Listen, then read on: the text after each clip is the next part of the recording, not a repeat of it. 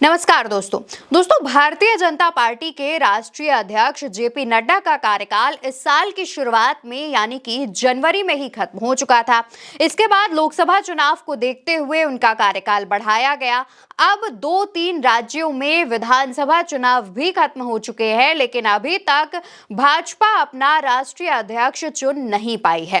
हालांकि इस दौरान कई ऐसे नाम हैं जो सामने आ रहे हैं। कहा जा रहा है कि राष्ट्रीय अध्यक्ष की जो कुर्सी है वो इन्हें दी जा सकती है, लेकिन दोस्तों यहां पर ध्यान देने वाली बात यह भी है कि इस बार राष्ट्रीय अध्यक्ष का जो चुनाव है वो आरएसएस करेगा और आरएसएस के हाथों में ही इसकी कमान है, जिसके बाद कई ऐसे नाम हैं जो निकलकर सामने आ रहे हैं। मेरे हाथ में उन नामों की लिस्ट है और उन नामों पर ही दावा किया जा रहा है कि इनमें से किसी एक को राष्ट्रीय अध्यक्ष पद की जो कुर्सी है वो दी जा सकती है। दोस्तों इस लिस्ट में सबसे पहला नाम मुझे शिवराज सिंह चौहान का दिख रहा है। ये मध्य प्रदेश के पूर्व मुख्यमंत्री हैं। इसके अलावा लोकसभा चुनाव में विदिशा से 8 लाख वोटों के अंतर से जीत चुके हैं और लगातार 6वीं बार सांसद भी चुने गए हैं।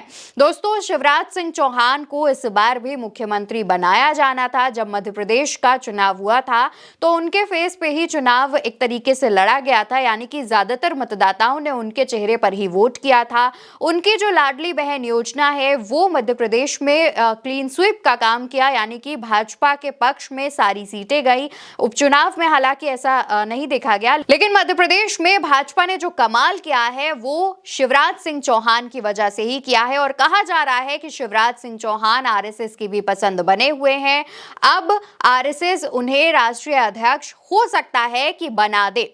यहां पर हो सकता है इसलिए दोस्तों क्योंकि अभी केंद्र में शिवराज सिंह चौहान कृषि मंत्री हैं और भाजपा का जो संविधान है, भाजपा पार्टी का जो संविधान है वो ये कहता है कि कोई भी व्यक्ति किसी 2 पद पर नहीं रह सकता, यानी कि अगर शिवराज सिंह चौहान कृषि मंत्री हैं तो वो राष्ट्रीय अध्यक्ष नहीं बन सकते।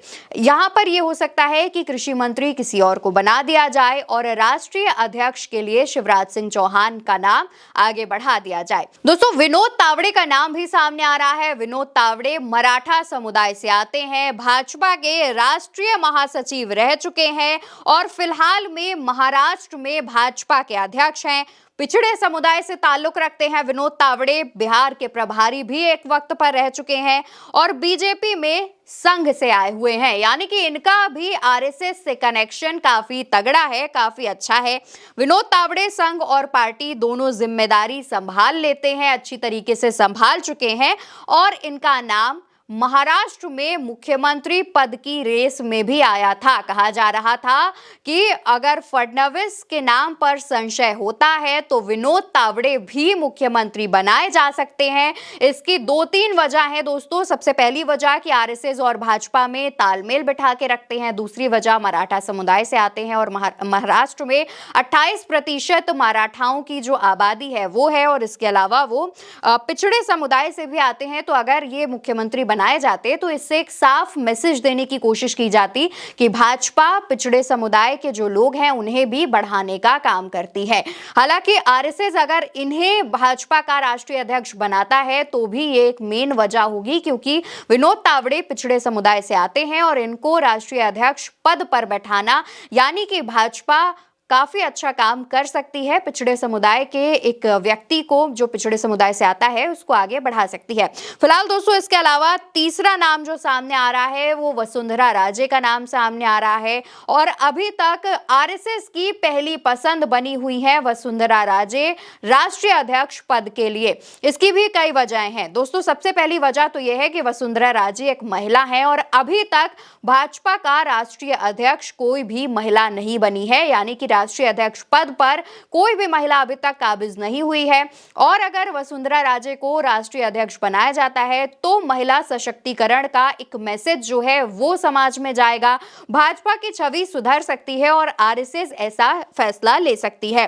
दोस्तों राजस्थान की 2 बार मुख्यमंत्री रह चुकी हैं वसुंधरा राजे। इस बार भी जब राजस्थान में चुनाव हुआ था तो उसके बाद कई लोग कयास लगाए जा रहे थे, कई लोग को उम्मीद थी कि वसुंधरा राजे इस बार भी मुख्यमंत्री बन सकती हैं, लेकिन उसके बावजूद ऐसा कुछ नहीं हुआ।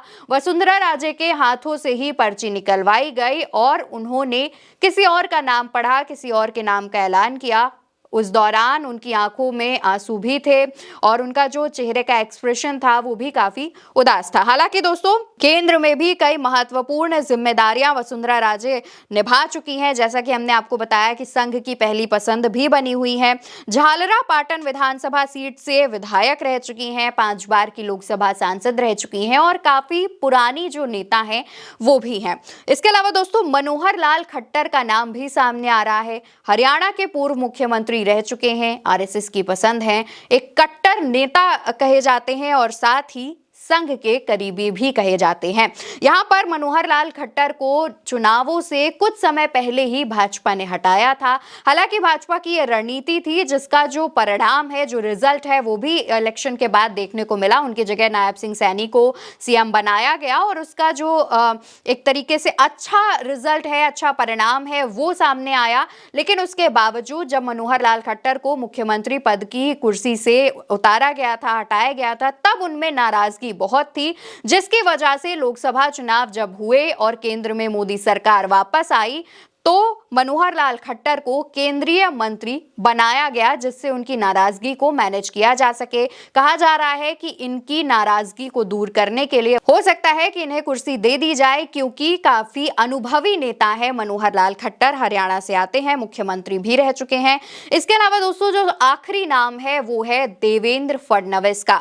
हालांकि अभी वो महाराष्ट्र के मुख्यमंत्री बन चुके हैं, लेकिन जब महाराष्ट्र के मुख्यमंत्री का नाम फाइनल नहीं था, उस दौरान कहा जा रहा था कि फडणवीस या तो मुख्यमंत्री बनेंगे और या तो राष्ट्रीय अध्यक्ष बन जाएंगे। कहा जा रहा था कि 2.5 साल के लिए मुख्यमंत्री बनेंगे और उसके बाद राष्ट्रीय अध्यक्ष की कुर्सी पर इन्हें बैठा दिया जाएगा। आरएसएस के बेहद करीबी, बेहद चहेते नेता हैं देवेंद्र फडणवीस और साथ ही ये भी नारा दिया जाता है कि नरेंद्र के बाद देवेंद्र। हालांकि दोस्तों, नरेंद्र मोदी के बाद देवेंद्र फडणवीस का नाम तो लिया जाता है, लेकिन खासतौर पर शाह को इस नारे से और देवेंद्र फडणवीस से खासा दिक्कत है, क्योंकि शाह अपने आप को नरेंद्र मोदी के बाद उनका उत्तराधिकारी मानते हैं और नरेंद्र के बाद देवेंद्र का नारा शाह को काफी कचोटता है। ठीक उसी तरीके से जैसे मोदी के बाद योगी का नारा शाह को काफी परेशान करता है, उनकी नींदें हराम करता है, और ऐसे ही योगी से भी शाह को दिक्कत थी और कुछ वही दिक्कत अब देवेंद्र फडणवीस के साथ भी हो रही है। हालांकि दोस्तों, अब देवेंद्र फडणवीस महाराष्ट्र की कुर्सी पर आ चुके हैं, तो अब उनका राष्ट्रीय अध्यक्ष की कुर्सी पर बैठना थोड़ा मुश्किल लग रहा है, लेकिन कुछ भी हो सकता है। यह भारतीय राजनीति है और भाजपा कुछ भी कर सकती है। भाजपा के कई ऐसे फैसले देखे गए जहां पर लोग कुछ गेस कर रहे थे, लेकिन भाजपा अचानक से सामने आई, और चाहे वो मध्य प्रदेश का खेल हो, चाहे राजस्थान का या फिर छत्तीसगढ़ का, उड़ीसा में भी कुछ ऐसा ही देखा गया था। लेकिन दोस्तों, अब राष्ट्रीय अध्यक्ष की कुर्सी जो है उस पर आरएसएस का आखिरी फैसला आना है। आरएसएस जिसे नियुक्त करेगी, भाजपा को चाहे या ना चाहे उसे ही अपना राष्ट्रीय अध्यक्ष बनाना पड़ेगा। देखने वाली बात होगी कि आखिर कौन बनता है। क्या आरएसएस का कोई चहेता जो है वो राष्ट्रीय अध्यक्ष की कुर्सी पर आता है, या फिर गुजरात लॉबी जो है वो अपना कमाल दिखा सकती है। फिलहाल आपकी जो भी राय हो वो कमेंट बॉक्स में जरूर बताइएगा। नमस्कार।